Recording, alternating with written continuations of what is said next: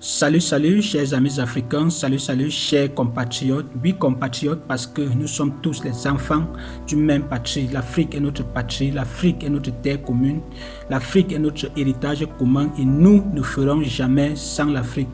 Bienvenue une fois de plus sur Africa Metamorphosis. Ici, nous croyons en la transformation complète de l'Afrique dans tous les domaines. Aujourd'hui, nous parlerons de Ruben Oum-Niobé. Ruben Oum-Niobé est un militant anticolonialiste camerounais qui a beaucoup œuvré pour l'indépendance de ce pays de l'Afrique centrale dans les années 1950, mais malheureusement, il a été combattu, il a été trahi, il a été tué par les siens. Dans cette vidéo, chers amis, nous vous donnons les raisons pour lesquelles les Camerounais ont décidé d'en découdre, ont décidé de tuer, salir, humilier leur héros national en la personne de Ruben Oum-Niobé. Si vous êtes prêts, chers amis, let's go! Ruben Oum-Niobé est né le 10 avril 1913 dans son village natal non loin de Boum-Niébel. Boum-Niébel est une ville camerounaise située à environ 70 km de la capitale politique Yaoundé. En 1913, le Cameroun était encore sous le joug et la domination coloniale allemande. Pendant son enfance, le Cameroun sera divisé en deux par la France et la Grande-Bretagne. Ceci après la défaite de l'Allemagne qui occupait ce territoire après la Première Guerre mondiale. Ceci était déjà un signe de traumatisme pour le leader nationaliste camerounais Ruben Oum-Niobé. Ruben Oum-Niobé grandit dans la partie camerounaise occupée par la France. Il est éduqué dans les écoles presbytériennes et c'est là qu'il apprena à parler la langue française. Il était polyglotte et parlait également plusieurs langues nationales, à savoir la langue bassa, le douala et le boulou. À la fin de ses études universitaires, Ruben Oum-Niobé devient fonctionnaire et par la suite il est membre de plusieurs organisations politiques.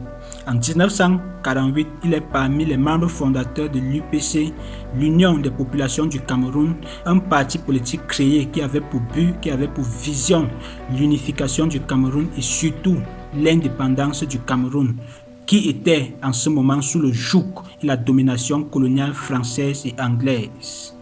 Entre 1952 et 1954, Ruben Oum-Niobé va intervenir 3 fois devant la commission de tutelle de l'Assemblée générale de l'Organisation des Nations Unies. Il exige premièrement l'unification du Cameroun et aussi et surtout l'indépendance de son pays. Au mois de décembre 1952, Ruben Oum-Niobé déclarait ainsi devant la 4e commission de tutelle de l'Assemblée générale de l'Organisation des Nations Unies. Écoutons. L'UPC a demandé à intervenir sur 3 questions.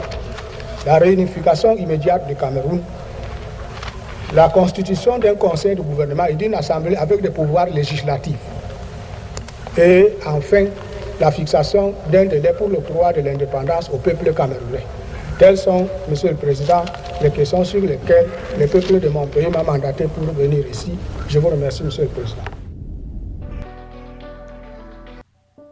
Le 13 juin 1955, l'Union des populations du Cameroun, l'UPC, sera dissoute par l'administration coloniale française. C'est ainsi qu'une guerre va éclater entre les militants et les sympathisants de l'UPC et l'armée coloniale française. Les conséquences des deux côtés seront catastrophiques et tragiques.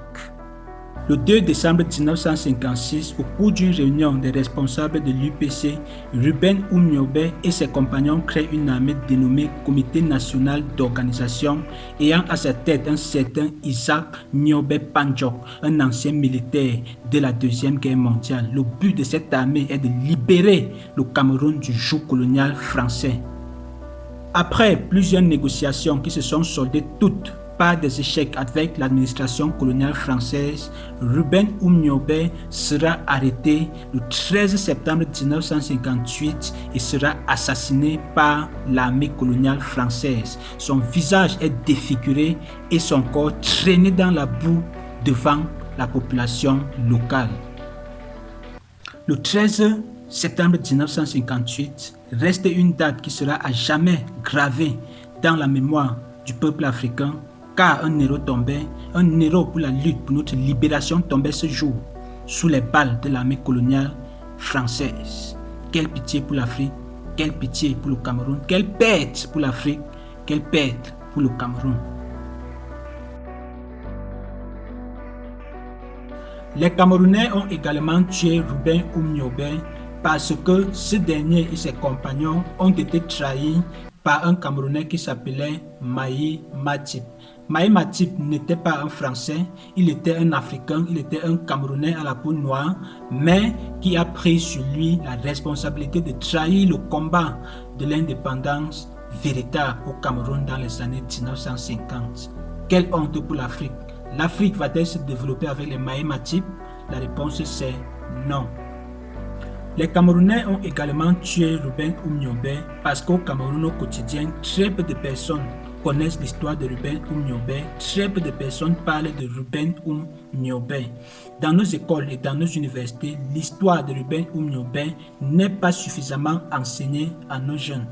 Quelle pitié pour un pays qui ne célèbre pas ses héros. Quelle pitié pour un pays qui ne reconnaît pas le père de son indépendance. Quelle pitié pour un pays qui ne connaît pas celui-là qui a combattu pour la libération du Cameroun du joug colonial français dans les années 1950. C'est ainsi que nous allons développer le Cameroun. C'est ainsi.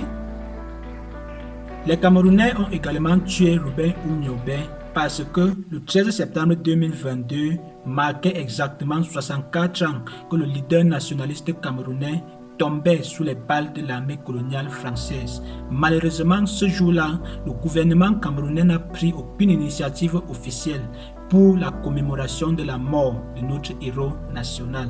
Ceci nous amène tout simplement à comprendre la nature du leadership néocolonial de M. Paul Biya en tête au Cameroun depuis plus de 40 ans, qui a simplement succédé au régime de M. Amadou Ahidjo.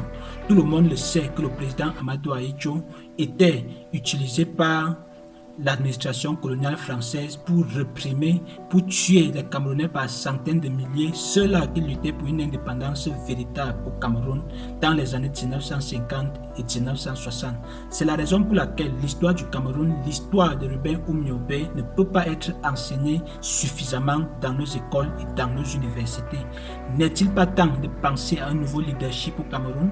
N'est-il pas temps de penser à un leadership panafricaniste et nationaliste au Cameroun? N'est-il pas temps au peuple camerounais de répondre à la question?